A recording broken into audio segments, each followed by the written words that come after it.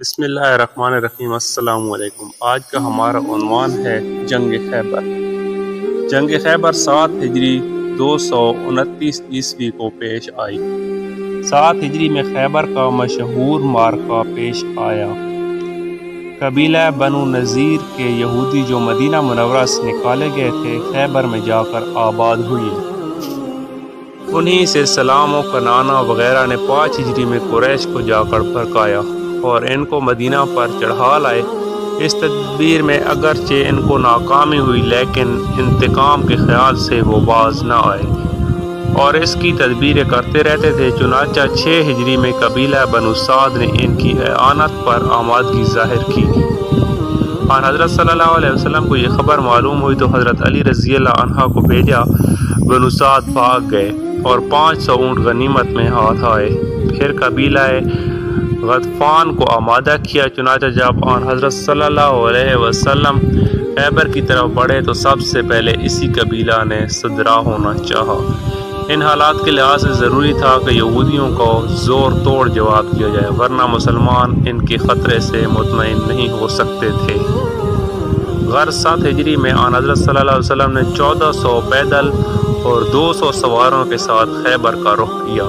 خیبر میں یہودیوں نے بڑے مضبوط قلعے بنا لیے تھے، مثلا خصم نعم، خصم قموس، خصن صاب و طئی اور سلالم۔ یہ سب قلعے جلد از جلد فتح ہو گئے لیکن وطی و سلام جن پر عرب کا مشہور بہادر مرہب قابض تھا آسانی سے فتح نہیں ہو سکتے تھے۔ آن حضرت صلی اللہ علیہ وسلم نے حضرت ابوبکر صدیق رضی اللہ عنہ کو سپہ سالار بنا کر بھیجا لیکن وہ ناکام آئے۔ پھر حضرت عمر رضی اللہ تعالیٰ عنہ مامور ہوئے۔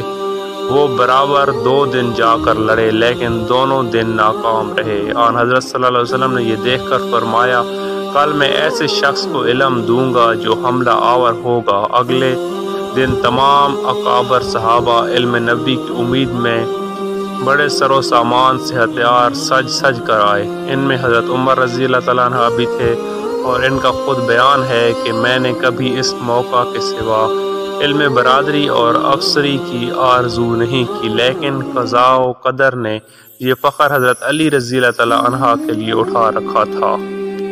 چنانچہ آن حضرت صلی اللہ علیہ وسلم نے کسی کی طرف توجہ نہیں کی اور حضرت علی رضی اللہ تعالیٰ عنہ کو بلا کر علم و عنایت کیا۔ مرحب حضرت علی رضی اللہ تعالیٰ عنہ کے ہاتھ سے مارا گیا اور اس کے قتل پر اس معرکہ کا بھی خاتمہ ہو گیا۔ خیبر کی زمین آن حضرت صلی اللہ علیہ وسلم نے مجاہدوں کو تقسیم کر دی۔ چنانچہ ایک ٹکڑا جس کا نام شمع تھا حضرت عمر رضی اللہ تعالیٰ عنہ کے حصے میں آیا۔ حضرت عمر رضی اللہ تعالیٰ عنہ نے اس کو خدا کی راہ میں وقف کر دیا۔ چنانچہ صحیح مسلم باب الوقت میں یہ قصہ بتفصیل مذکور ہے اور اسلام کی تاریخ میں یہ پہلا وقف تھا جو عمل میں آیا۔ اس سال آن حضرت صلی اللہ علیہ وسلم نے حضرت عمر رضی اللہ تعالیٰ عنہ کو 30 آدمیوں کے ساتھ قبیلہ حوازن کے مقابلے کو بھیجا۔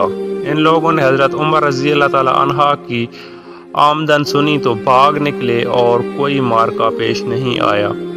8 ہجری میں مکہ فتح ہوا۔ اس کی ابتدا یوں ہوئی کہ حدیبیہ میں جو صلح قرار پائی تھی اس میں ایک شرط یہ تھی کہ قبائل عرب میں جو چاہے قریش کا ساتھ دے اور جو چاہے اسلام کے سایہ امن میں آئے۔ چنانچہ قبیلہ خزاع نے آن حضرت صلی اللہ علیہ وسلم، خاندان بنو بکر نے قریش کا ساتھ دیا۔ ان 2 قبیلوں میں مدت سے ابن بن تھی اور بہت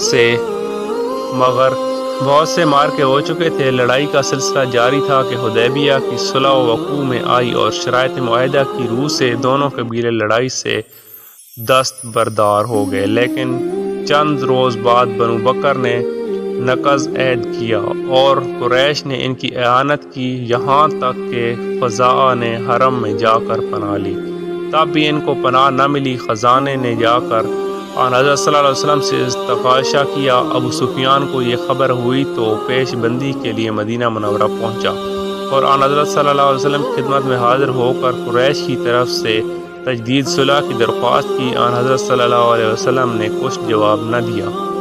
وہ اٹھ کر حضرت ابوبکر رضی اللہ تعالیٰ عنہ اور پھر حضرت عمر رضی اللہ تعالیٰ عنہ کے پاس گیا کہ آپ اس معاملے کو طے کروا دیجیے۔ حضرت عمر رضی اللہ تعالیٰ عنہ نے ان کی سختی سے جواب دیا کہ وہ بالکل نا امید ہو گیا۔ آن حضرت صلی اللہ علیہ وسلم نے مکہ کی تیاریاں شروع کی اور رمضان 8 ہجری میں 10,000 فوج کے ساتھ مدینہ سے نکلے۔ مقام مراز الزاران میں نزول اجلال ہوا تو حضرت عباس رضی اللہ عنہ آن حضرت صلی اللہ علیہ وسلم کے خچر پر سوار ہو کر مکہ کی طرف چلے۔ ادھر سے ابو سفیان آ رہا تھا۔ حضرت عباس رضی اللہ عنہ نے ان سے کہا، آ میں تجھ کو رسول اللہ صلی اللہ علیہ وسلم سے امن دلا دوں، ورنہ آج تیری خیر نہیں۔ ابو سفیان نے غنیمت سمجھا اور حضرت عباس رضی اللہ عنہ کے ساتھ ہو لیا۔ راہ میں حضرت عمر رضی اللہ تعالیٰ عنہ کا سامنا ہوا۔ ابو سفیان کو دیکھ کر حضرت عمر رضی اللہ تعالیٰ عنہ نے خیال کیا کہ حضرت عباس رضی اللہ تعالیٰ عنہ اس کی سفارش کے لیے جا رہے ہیں۔ بڑے تیزی سے بڑھے اور آن حضرت صلی اللہ علیہ وسلم کی خدمت میں حاضر ہو کر کہا کہ مدتوں کے بعد اس دشمن اسلام پر قابو ملا ہے، اجازت دیجیے کہ اس کی گردن مار دوں۔ حضرت عباس رضی اللہ تعالیٰ عنہ نے کہا کہ عمر، ابو سفیان اگر عبد مناف کے خاندان سے نہ ہوتا اور تمہارے قبیلہ کا آدمی ہوتا تو اس کی جان کے خواہاں نہ ہوتے۔ حضرت عمر رضی اللہ تعالیٰ عنہ نے فرمایا، خدا کی قسم میرا باپ خطاب اسلام لاتا تو مجھ کو اتنی خوشی نہ ہوتی جتنی اس وقت ہوئی تھی جب آپ اسلام لائے۔ آن حضرت صلی اللہ علیہ وسلم نے حضرت عباس رضی اللہ عنہ کی سفارش قبول کی اور ابو سفیان کو امن دیا۔ آن حضرت صلی اللہ علیہ وسلم بڑے جاہ و جلال سے مکہ میں داخل ہوئے اور در کعبہ پر کھڑے ہو کر نہایت فظیع و بلیغ خطبہ پڑھا جو بینہ تاریخوں میں منقول ہے۔ پھر حضرت عمر رضی اللہ عنہ کو ساتھ لے کر مقام صفا پر لوگوں سے بیعت لینے کے لیے تشریف فرما ہوئے۔ لوگ جوک در جوک آتے تھے اور بیعت کرتے جاتے تھے۔ حضرت عمر رضی اللہ تعالیٰ عنہ آن حضرت صلی اللہ علیہ وسلم سے قریب لے کر کسی قدر نیچے بیٹھتے تھے۔ جب عورتوں کی باری آئی تو چونکہ حضرت صلی اللہ علیہ وسلم بیگانہ عورتوں کے ہاتھ کو مس نہیں کرتے تھے، حضرت عمر رضی اللہ تعالیٰ عنہ کو ارشاد فرمایا کہ تم ان سے بیعت کر لو۔